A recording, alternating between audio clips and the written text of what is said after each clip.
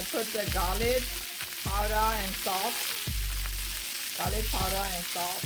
It has a dry shrimp inside and then green onion inside. And I put the cheese slicer, ABC cheese slicer, and sprinkle a little bit of salt, and then also regular slicer, and a little bit of sesame oil to make it a smoky smell.